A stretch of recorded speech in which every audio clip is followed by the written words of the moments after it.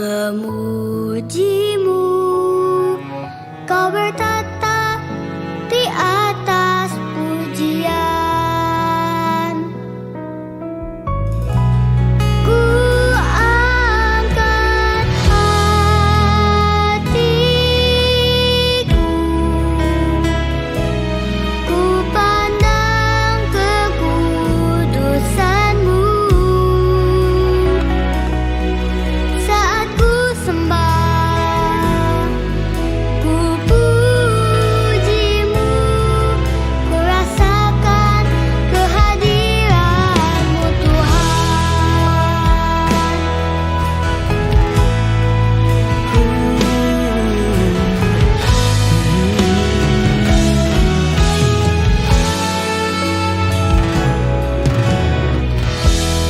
Saat ku menyembahmu, Roh-Mu bekerja. Saat ku memujimu, Kau bertata di atas pujian. Ku angkat hatiku,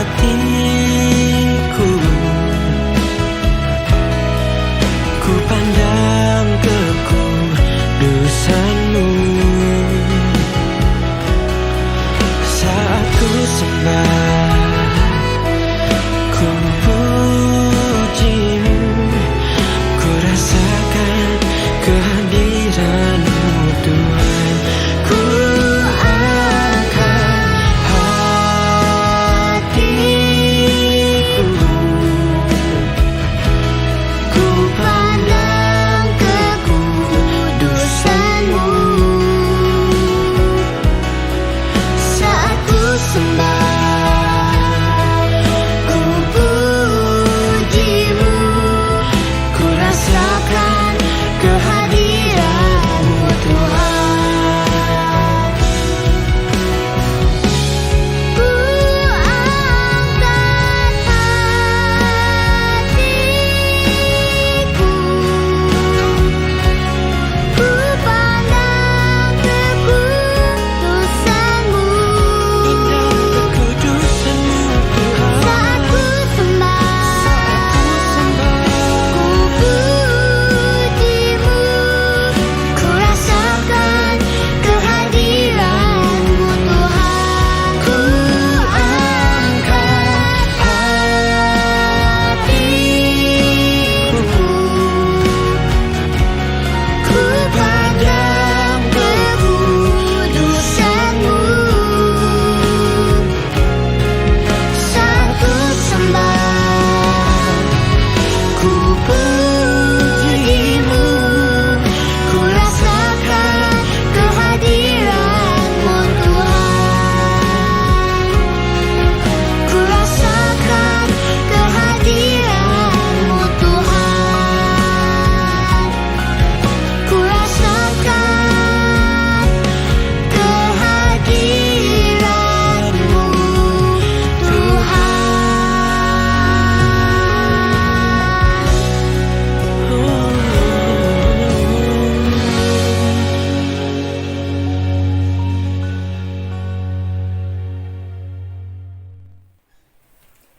Shalom, Bapak Ibu Jemaat Gereja GPI Kristus Gembala dimanapun berada.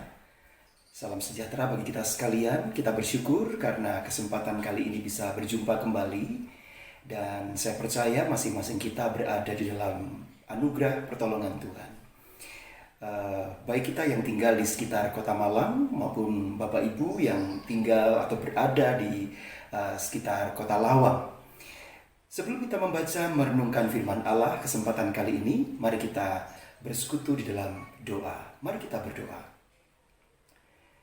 Bapa Surgawi, terima kasih untuk kesempatan yang baik yang sekali lagi kami terima pada waktu ini.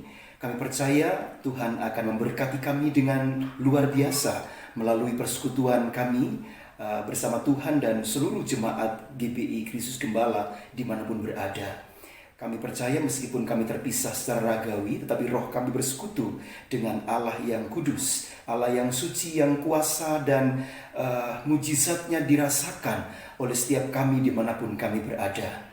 Terima kasih ya Tuhan, urapi kami sekalian, baik hamba-Mu maupun jemaat yang mendengarkan firman Tuhan pada kesempatan kali ini, supaya masing-masing kami mengerti apa menjadi kehendak Tuhan, dan oleh pertolongan Roh Kudus kami boleh dimampukan melakukan prinsip-prinsip kebenaran firman Allah itu dalam kehidupan kami sesehari.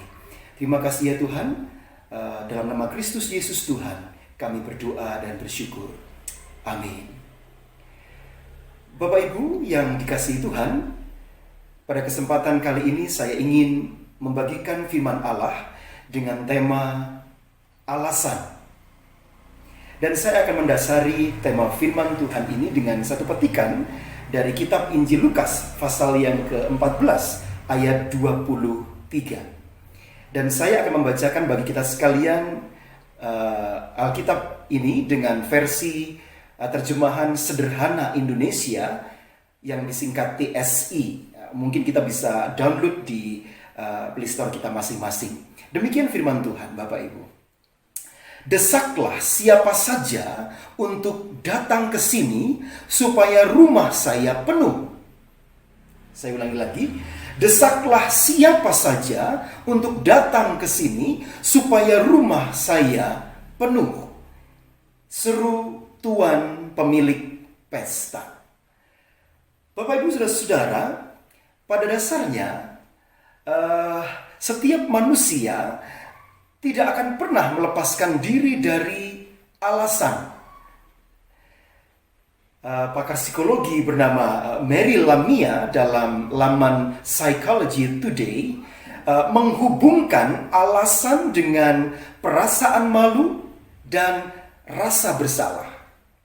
Alasan dihubungkan dengan perasaan malu dan rasa bersalah. Alasan itu dikemukakan untuk memperkuat pemikiran seseorang di hadapan orang lain. Agar ia mendapatkan pengakuan, agar ia mendapatkan maklum, atau bahkan mendapatkan maaf dari orang lain. Untuk itu biasanya seseorang akan berusaha mati-matian mempertahankan sebuah alasan yang kemudian dikaitkan dengan perbuatan, kesalahan, atau kehilafan yang ia lakukan. Misalnya saja Anda sedang menghadiri rapat dan Anda terlambat. Maka Anda segera akan memasangkan antara permintaan maaf dan alasan keterlambatan. Dengan demikian akan membantu Anda untuk menjaga persepsi positif dari diri Anda di hadapan orang lain. Namun perlu hati-hati Bapak Ibu sekalian dalam hal ini. Karena jika Anda memang memiliki riwayat terlambat begitu ya, tidak bisa memenuhi standar waktu yang disepakati, maka orang lain bisa merespon negatif terhadap perilaku keterlambatan yang terjadi secara berulang-ulang, ya, terlepas dari permintaan maaf maupun alasan yang kita kemukakan. Nah, mari kita kembali kepada kutipan kalimat desakan tuan pemilik pesta kepada hambanya di atas yang baru saja kita baca. Di sana mengesankan bahwa tuan pemilik pesta ini memiliki respon emosional, bahwa dia seperti kehilangan kesabaran atas berbagai alasan yang dikemukakan oleh beberapa orang. Ya. Dan orang-orang ini sebenarnya adalah orang-orang yang masuk dalam daftar tamu utama, tamu istimewa, VIP atau double VIP gitu ya.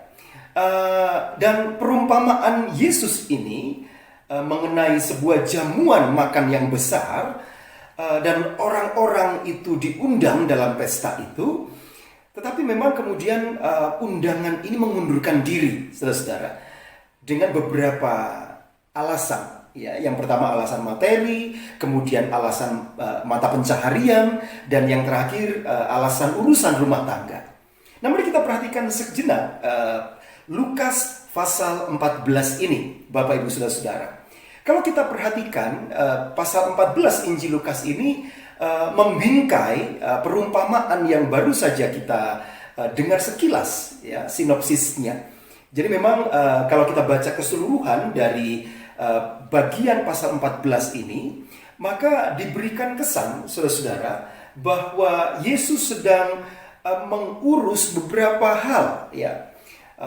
Yang pertama, Yesus memang sedang memenuhi undangan, ya, makan di rumah seorang Farisi atau pemuka agama Yahudi. Dan di situ hadir pula beberapa kelompok orang Yahudi yang lain dari mazhab Farisi yang dikatakan oleh Lukas mengamat-amati, ya, gerak-gerik Yesus, percakapan Yesus. Siapa tahu mereka bisa menjebak dan menjatuhkan Yesus dalam momen ini. Dan yang menarik di sana kemudian memang Yesus memanfaatkan situasi itu dengan menyatakan mujizat kesembuhan atas seorang yang sedang mengalami sakit busung air, ya. Tubuhnya membengkak, tangan dan kakinya, dan bengkak itu di dalamnya berisi air. Dan Yesus menyembuhkan orang sakit ini, sementara itu adalah hari Sabat, ya. Dan sengaja Yesus memperbenturkan situasi ini dan meminta pendapat para ulama Yahudi ini dengan satu kalimat yang membuat mereka tidak bisa menjawab, ya. Yesus bertanya kepada mereka, ya, kalau anakmu atau sapimu jatuh ke dalam sumur pada hari Sabat, pasti kamu juga akan mengangkatnya dari sumur itu, bukan? Itu terjemahan sederhana Indonesia untuk ayat yang kelima, saudara-saudara, pasal 14 Injil Lukas. Jadi Yesus membenturkan tradisi Yudaisme yang sudah temurun ini, kemudian fakta kontemporer di mana ada orang sakit dan butuh pertolongan, dan sebenarnya mereka memanfaatkan itu untuk menjebak Yesus, tapi Yesus justru menunjukkan keunggulan hikmatnya untuk mencelikkan mata orang-orang Yahudi ini tentang apa tujuan hari Sabat dan seterusnya. Dan yang menarik, saudara-saudara, dalam pertemuan itu ada beberapa orang, ya, mencoba untuk duduk paling depan. Itu kita bisa mulai baca dari ayat yang ke-7. Beberapa orang mulai mencoba duduk di barisan paling depan, dan ketika itu terjadi, Yesus pun memberikan komentar, ya. Yesus sekilas memberikan pengajaran, kalau engkau diundang atau memenuhi sebuah undangan, jangan duduk di depan, ya. Siapa tahu itu disiapkan untuk orang yang lebih terhormat daripada kita. Duduklah di belakang, ya.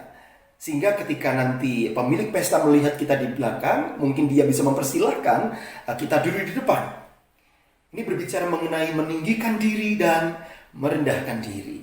Nah, saudara-saudara, yang menarik ketika Yesus memberikan pengajaran-pengajaran ini, orang makin terpikat, orang makin ingin tahu sebenarnya Yesus akan memberikan kita pengajaran apa lagi pada kesempatan ini. Begitu, ya. Nah, ketika kemudian terus dilanjutkan pengajarannya, Yesus pun juga mengajari orang-orang yang hadir di rumah orang Farisi itu mengenai balas budi. Sehingga ketika kita punya pesta atau acara yang baik, jangan selalu mengundang orang-orang tertentu dengan standar ekonomi tertentu saja, ya, karena tentulah ketika mereka punya acara, Anda akan diundang. Kalau engkau mau mengundang seseorang, undanglah orang yang mungkin kurang memenuhi standar, ya. Bahkan dalam catatan Injil Lukas ini diangkat beberapa orang dengan keterbatasan tertentu, baik secara ekonomi, disabilitas fisik, dan beberapa keterbatasan yang lain. Dan Yesus berkata, jika orang-orang semacam ini yang engkau undang dalam pestamu, mereka tidak akan bisa membalas budi, dan hanya Allah yang bisa membalas kebaikan kita.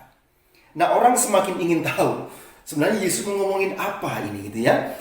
Maka di antara mereka ada yang nyeletuk, Bapak Ibu, ya. Ini bisa kita baca di ayat 15, ya. Di antara yang hadir itu dalam terjemahan sederhana Indonesia ada yang berkata begini, sungguh diberkati Allah setiap orang yang nanti diundang ke pesta makan yang diadakan di dalam kerajaan Allah. Jadi ada seseorang yang memberikan respons pernyataan seperti ini. Nah, ketika orang ini menyatakan respon-nya, maka Yesus mulai ayat 16 sampai dengan ayat yang ke-24 kemudian mengisahkan perumpamaan yang saat ini kita baca bersama-sama. Ya. Nah, Bapak Ibu Saudara-saudara, perlahan-lahan kita memahami konteks dari pasal 14 Injil Lukas ini, maka kita akan mencoba untuk membuat semacam refleksi, ya. Perumpamaan ini menjadi paradigma untuk memahami kehidupan Kristiani pada masa kini, saudara-saudara yang terkasih. Nah, undangan Injil telah disampaikan. Pesta sedang berlangsung. Namun sayang, kini makin ditinggalkan oleh mayoritas orang yang menerima undangan istimewa itu. Atas alasan materi, atas alasan kebahagiaan, atau alasan cinta, saudara-saudara. Nah, situasi ini makin diperumit oleh pandemi yang sedang berlangsung. Ya.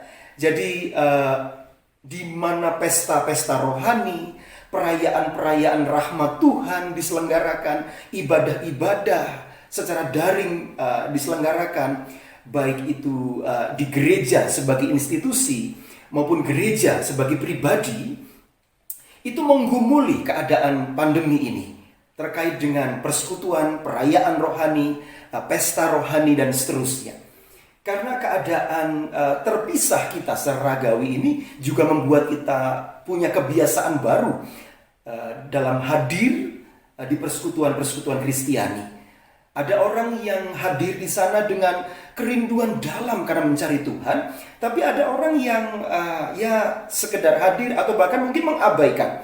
Toh gembala sidang, pendeta jemaat atau siapapun ya pemimpin rohani tidak tahu kesibukan kita. Ini era pandemi. Jadi saya mau hadir atau tidak ada yang tahu. Ada banyak alasan yang kita bisa buat untuk kita tidak bersekutu dalam persekutuan yang sekarang modelnya berbeda-beda ini. Bapak Ibu, mari kita kembali kepada teks utama kita, yaitu pasal 14 yang kita sudah coba baca keseluruhan. Pasal ini ditutup dengan komitmen menjadi murid Kristus, ya, yang bukan menjadi topik utama percakapan kita. Nah, pertama-tama agar kita dapat melihat keseluruhan konteks Alkitabiah dari budaya perumpamaan yang diangkat Yesus ini, rupanya memang undangan makan itu menjadi budaya dalam tradisi Yudaisme untuk menghormati orang-orang tertentu gitu ya, dengan maksud-maksud tertentu. Nah, pertama kita akan menerapkan konteks ini kepada konteks kita sebagai jemaat Kristen. Dan terakhir kita akan mencoba untuk menerapkan itu kepada kehidupan pribadi lepas pribadi kita sebagai gereja dalam pengertian tubuh Kristus, murid Kristus, umat Allah. Dan ini bersifat individu dan masing-masing. Bapak Ibu, perumpamaan pesta perjamuan itu ditemukan 2 kali di dalam kitab Injil. Yang pertama ditemukan dalam Injil Matius pasal 22 ayat 1 sampai 14. Yang kedua adalah Injil Lukas pasal 14 yang hari ini menjadi landasan pertemuan kita. Di dalam Injil Matius kita mendapat gagasan bahwa ini adalah pesta pernikahan kerajaan. Pesta pernikahan kerajaan, a royal wedding feast. Sedangkan Lukas hanya mengatakan ya pada ayat yang ke-16 ada seorang yang mengadakan pesta perjamuan besar dan mengundang banyak orang. Lukas hanya memberikan keterangan itu saja, Bapak Ibu. Nah, ketika pesta telah disiapkan, undangan juga telah hadir. Perayaan siap dimulai. Tiba-tiba, Bapak Ibu, mereka yang diundang itu ada beberapa yang mengundurkan diri dari pesta ini. Ya, dengan beberapa alasan ya, yang menjadi tema kita. Nah, seorang mengatakan baru saja membeli sebidang tanah dan harus melihatnya. Kemudian yang lain mengatakan ia baru saja memberi 5 pasang lembu. Ya. Teks asli perjanjian baru memberi indikasi bahwa lembu yang dia beli adalah lembu kebiri. Lembu yang dimanfaatkan untuk membajak tanah. Dan orang ini baru saja membeli 5 pasang, ya. Ini berkenaan dengan pencaharian, ya. Sedangkan yang lain beralasan bahwa mohon maaf, saya baru saja menikah, ya, dan masih ingin menikmati bulan madu dengan pasangannya. Ini urusan cinta dan rumah tangga. Jadi beberapa alasan ini muncul dalam percakapan perumpamaan ini, yang intinya dari berbagai alasan tersebut, setiap mereka dengan alasan itu minta dimaafkan, minta dimaklumi. Nah, Bapak Ibu, sebagai seorang sarjana perjanjian lama, saya selalu tergelitik, ya, selalu terdorong untuk melihat apakah narasi atau pengajaran atau hal-hal yang lain dalam perjanjian baru itu memiliki konektivitas atau keterhubungan dengan perjanjian lama, ya. Apakah memang hal-hal yang ada di perjanjian baru adalah latar belakang perjanjian lamanya? Saya selalu terdorong untuk melihat itu. Dan ternyata Bapak Ibu, termasuk perumpamaan yang sedang kita baca dari Injil Lukas pasal 14 ini, ternyata secara lebih luas, ya, supaya kita bisa menangkap maksudnya, terutama perumpamaan Kristus, sang pengisah agung itu, kisah mengenai alasan-alasan dalam catatan Lukas ini memiliki semacam counterpart atau pembanding, ya, atau bagian lain di perjanjian lama yang mengandung elemen-elemen narasi sejenis, ya. Dan kalau mau kita bandingkan, pagi ini saya beritahukan kepada kita bahwa narasi perumpamaan pasal 14 Injil Lukas ini menemui konteks perjanjian lamanya dalam catatan kitab Ulangan pasal 20, Bapak Ibu. Kita bisa buka bagian ini, ya. Ulangan pasal 20. Nah, kitab Ulangan pasal 20 ini berbicara mengenai hukum perang, ya, code of war, ya, hukum perang. Tentu saja saya tidak mengupas tentang hukum perang pada kesempatan kali ini. Tetapi mari kita perhatikan Ulangan 20 ayat 5 sampai 8. Ayat 5 sampai 8. Maka terdapat semacam keterhubungan ide, Bapak Ibu sekalian, antara elemen perumpamaan dalam Injil Lukas pasal 14 dengan catatan kitab Ulangan pasal 20 ayat 5 sampai 8. Ada keterhubungan ide. Singkatnya demikian. Dalam kitab Ulangan ini dikisahkan, ya, bahwa sebelum pergi ke medan perang, seorang komandan atau pimpinan tentara dia akan berbicara kepada anak buahnya dan menanyakan kepada mereka sekalian, apakah ada di antara mereka yang baru saja membeli rumah? Apakah ada di antara mereka yang baru saja membeli kebun anggur?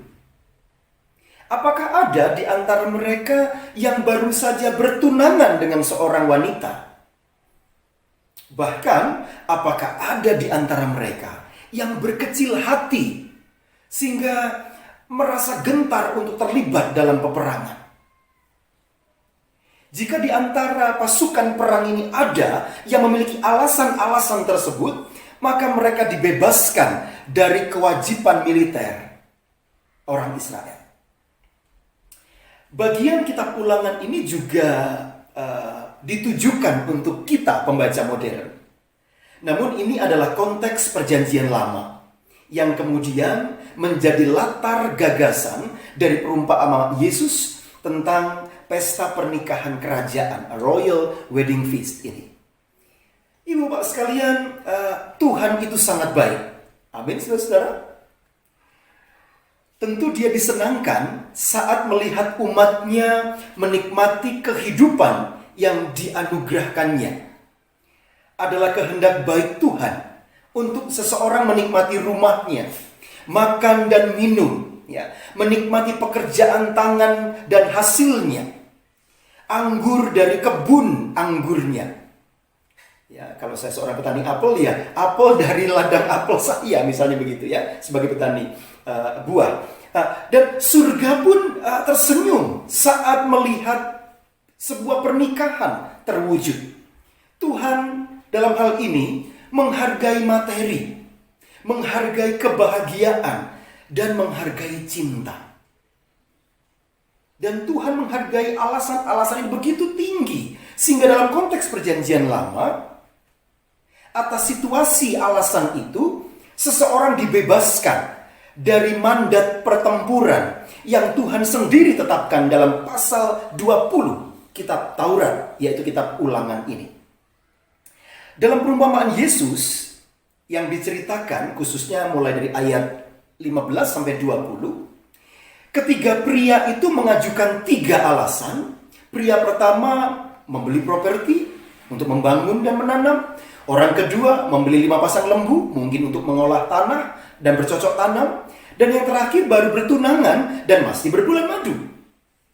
3 alasan ini mengingatkan kita akan 3 alasan kuno yang dicatat di dalam kitab Ulangan pasal 20 tadi. Nah, ternyata Bapak Ibu Saudara, alasan yang sama, ya, yang waktu itu membebaskan orang dari kewajiban militer, sama sekali tidak berlaku untuk mereka yang diundang masuk, diundang datang ke dalam pesta perjamuan mesianik. Sekali lagi, bukan berarti Tuhan tidak menyetujui pembangunan, perbaikan, atau perawatan rumah saudara. Bukan berarti Allah tidak suka Anda bekerja keras demi kehidupan dan menikmati hasilnya. Bukan pula Allah tidak senang dengan kebahagiaan perkawinan pengantin baru. Bukan itu. Tetapi ketika hal-hal yang indah ini, ketika hal-hal yang memberikan alasan sukacita ini menjadi alasan utama, menjadi alasan lebih tinggi daripada menanggapi undangan pesta perjamuan Allah, undangan bersekutu, undangan hidup dalam persekutuan dengan Allah dan umatnya, maka disitulah murka sang pemilik pesta itu bermula, saudara-saudara.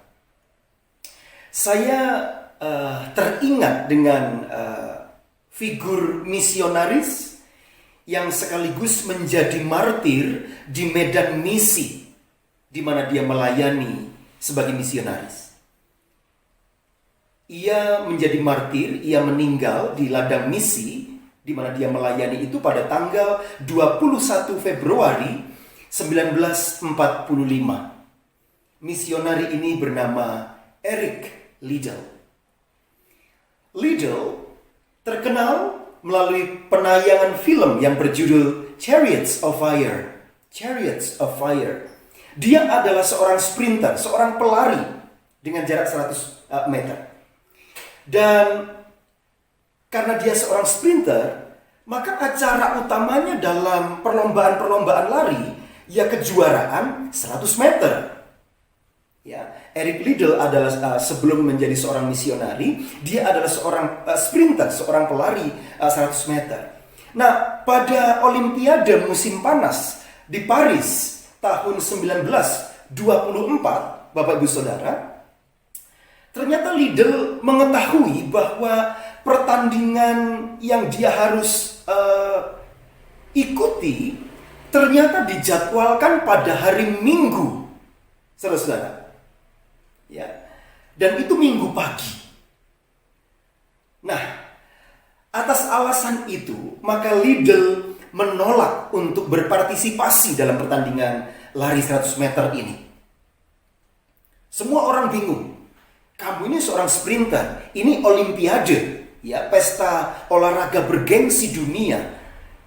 Hanya gara-gara larinya diselenggarakan pada hari Minggu pagi, maka Eric Liddell menolak untuk mengikuti lomba itu, dan dia memilih perlombaan yang lain, tetap cabang lari, tapi bukan sprinter, yaitu bukan lomba lari 100 meter ya, tapi dia memilih lomba lari 400 meter yang diselenggarakan hari sebelumnya, yaitu hari Sabtu. Ya. Semua orang bertanya, semua orang ingin tahu kenapa begitu, kenapa begini ya. Tapi singkat cerita, Eric Liddell itu berhasil menjuarai lomba lari 400 meter. Bapak Ibu Saudara. Padahal dia tidak berlatih untuk lari sepanjang itu. Nah, hanya sedikit orang yang memahami alasan keputusan Liddell. Sangat tidak masuk akal. Bukankah medali emas Olimpiade itu bisa memaklumkan dirinya untuk tidak hadir satu kali saja dalam ibadah hari Minggu kala itu? Namun secara mengejutkan, ia justru memilih perlombaan yang lain, yaitu lari 400 meter, dan menang di sana. Nah, Liddell membuat keputusan ini menyisakan tanya bagi banyak orang. Apakah karena dia lebih menghargai undangan perayaan anugerah dan undangan penyembahan kepada Allah demi kemuliaan namanya, atau ada alasan lain? Ternyata saat itu Liddell berkata demikian, Bapak Ibu. When I run, I feel His pleasure. When I run, I feel His pleasure. Ketika aku berlari, aku merasakan perkenanannya. Begitu ya. Jadi alasan ia berlari adalah karena ia tahu Tuhan menyukai potensi dirinya untuk berlari. Tuhan menyukai prestasi dia berlari. Tetapi bukan untuk menolak undangan hadir dalam persekutuan. Ya. Jika kita masih merasa tidak masuk akal dengan keputusan Liddell ini, sekali lagi Liddell hanya ingin menyenangkan Tuhan. Karena dia merasa ketika dia berlari, dia merasa perkenanan Tuhan itu luar biasa. Untuk apa saya berlari demi sebuah medali emas misalnya, tetapi dia mendukakan Tuhan, membuat Allah murka, sang pemilik pesta itu menjadi murka. Untuk apa? Jadi berlari bagi Liddell adalah sakramen sukacita Allah. Dan keputusan semacam inilah yang dunia kerap tidak mengerti. Nah, ketika saya merenungkan 3 pengecualian alasan kewajiban perang dalam Ulangan pasal 20, saya melihat kehidupan kita di bumi pertiwi Indonesia ini, di mana rahmat Tuhan itu dicurahkan luar biasa di bumi kita Indonesia ini. Negeri ini dipenuhi dengan rumah tinggal yang indah dan unik, dari Sabang sampai Merauke, dari Pulau Rote sampai Miangas ya. Jadi dipenuhi dengan ragam rumah-rumah yang indah dan unik. Negeri kita juga dipenuhi dengan ragam kuliner yang membangkitkan selera. Ya. Dan kita juga melihat ya, di sana sini juga ada pesta pernikahan di mana orang memadu cinta, ya. Namun juga ada banyak yang punya banyak madu dan menghasilkan rumah tangga yang berantakan. Bapak Ibu, sejenak alihkan perhatian kita dari Indonesia yang begitu limpah ini kepada pesta perjamuan kawin anak domba. Apa yang kita saksikan? Kita berkumpul dan bersekutu di sana, di meja Tuhan, berada di dalam tengah-tengah persekutuan, ya. Kita berada di dalam pernikahan, pesta kawin anak domba. Kita bersekutu menikmati anggur yang terbaik, yang paling berharga, ya, yang disediakan di tengah pesta pernikahan, di mana kita sekaligus adalah mempelai wanitanya. Apa yang kita perhatikan di sini, Bapak Ibu? Hal-hal baik dalam kehidupan yang diberkati Tuhan, materi, kebahagiaan, dan cinta, semua itu menunjukkan pemenuhan seluruh kerinduan dari Allah supaya kita menikmatinya. Maka segala anugerah dan berkat yang kita terima dalam kehidupan kita itu bersifat sakramental, Bapak Ibu. Apa maksudnya, Pak? Maksudnya semua berasal dari Tuhan dan untuk menuntun kita kembali kepada rengkuhan cintanya. Itu disebut dengan sakramental. Jadi berkat-berkat yang kita terima ini bersifat sakramental dari Allah dan menuntun kita kepada Allah. Namun manakala segala kepuasan dan kesenangan kita semata-mata membuat kita abai untuk bersekutu memenuhi undangan Allah, masuk dalam pestanya, maka kita justru sedang kehilangan semua yang kita anggap kebahagiaan. Materi, kebahagiaan, dan cinta segera menjadi berhala. Kecuali semua itu kita temukan dan nikmati di dalam pesta perjamuan mesianis, persekutuan-persekutuan rohani, baik secara virtual maupun secara onsite. Di hadapan persekutuan dan ibadah semacam ini, sesungguhnya kita sekalian adalah para undangan yang bisa saja berdalih, bisa saja beralasan untuk menunda, bahkan tidak hadir dalam undangan. Ya kan? Jika itu yang sedang terjadi, maka kita adalah orang-orang yang hanya memiliki pilihan menikmati berkat Tuhan dalam kehidupan ini, tetapi mengingkari undangan dan kerinduan bersekutu dengan Sang Pemberi kehidupan. Bapak Ibu sekalian, di dalam narasi Lukas, ternyata ada karakter lain yang layak kita perhatikan dan refleksi bersama-sama.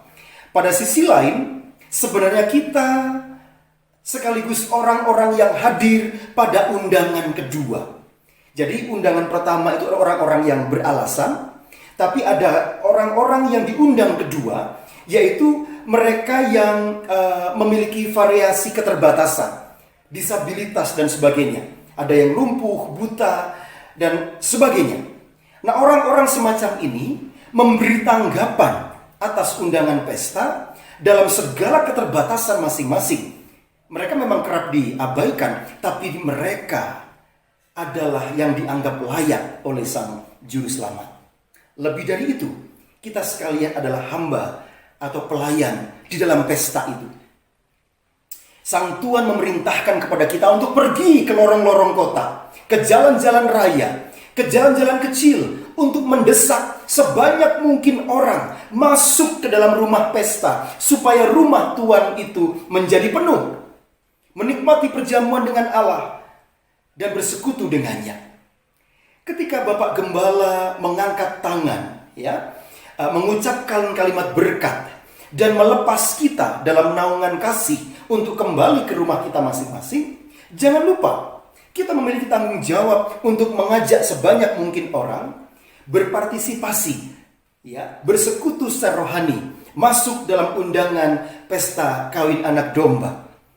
Tetapi pertama-tama, marilah kita saat ini, dalam persekutuan kita ini, kita nikmati anugerah Allah yang besar. Kita berpartisipasi dalam ibadah yang diberkati Tuhan, di mana kita bisa menikmati semua yang baik yang Tuhan anugerahkan. Keluarga, pekerjaan, semua yang baik yang bisa kita nikmati. Kita bersyukur saat kita berada dalam persekutuan pada kesempatan kali ini. Dan semua berkat ini Allah curahkan secara utuh di dalam Kristus Yesus Tuhan, Sang Tuhan pemilik pesta. Mari kita berdoa. Bapa, terima kasih pagi hari ini kami bukan saja orang yang bisa beralasan untuk menolak undangan Tuhan hadir dalam pesta perjamuan kawin anak domba, undangan pesta perayaan kebaikan Tuhan, undangan pesta perayaan rahmat pertolongan Tuhan, undangan ibadah kami. Namun kami sekaligus orang-orang yang mengalami banyak disabilitas secara rohani, yang mungkin punya banyak keterbatasan secara rohani, namun kami memberikan diri menanggapi undangan Allah, dan Allah berkenan atas kami. Atau mungkin kami juga menyadari bahwa diri kami adalah pelayan pesta yang diminta oleh Sang Tuhan untuk mengundang sebanyak mungkin orang masuk ke dalam rumah pesta Allah, dan rumah Allah itu penuh dengan undangan. Hamba berdoa supaya alasan-alasan yang kami buat itu kami koreksi kembali. Kami mau menikmati anugerah Tuhan dalam persekutuan yang sejati mulai saat ini. Terima kasih untuk firman dan prinsip kebenaran yang sudah kami dengar pada kesempatan hari ini. Tuhan memberkati kami sekalian, Roh Kudus memampukan kami menjalankan prinsip firman ini. Dalam nama Kristus Yesus Tuhan, saya berdoa dan mengucap syukur. Amin. Tuhan memberkati Bapak Ibu. Selamat berhari Minggu. Shalom. Ya, shalom. Acara online ini sudah selesai. Mari kita sama-sama terima berkat yang luar biasa dari Tuhan. Angkat tanganmu, saudaraku. Saudaraku yang ada di Malang, saudaraku yang ada di Lawang, Tuhan memberkati engkau. Tuhan memberkati engkau. Jadi kepala bukan ekor. Naik bukan turun. Yang dikerjakan engkau selalu Tuhan yang akan membuat kau berhasil. Wajah Bapak menyinari engkau. Wajah Bapak memberkati engkau. Semua yang dikerjakan asalku, semuanya Tuhan yang membuatnya engkau selalu berhasil. Dan diberkati Tuhan rumah tanggamu, pekerjaanmu, pelayananmu diberkati Tuhan.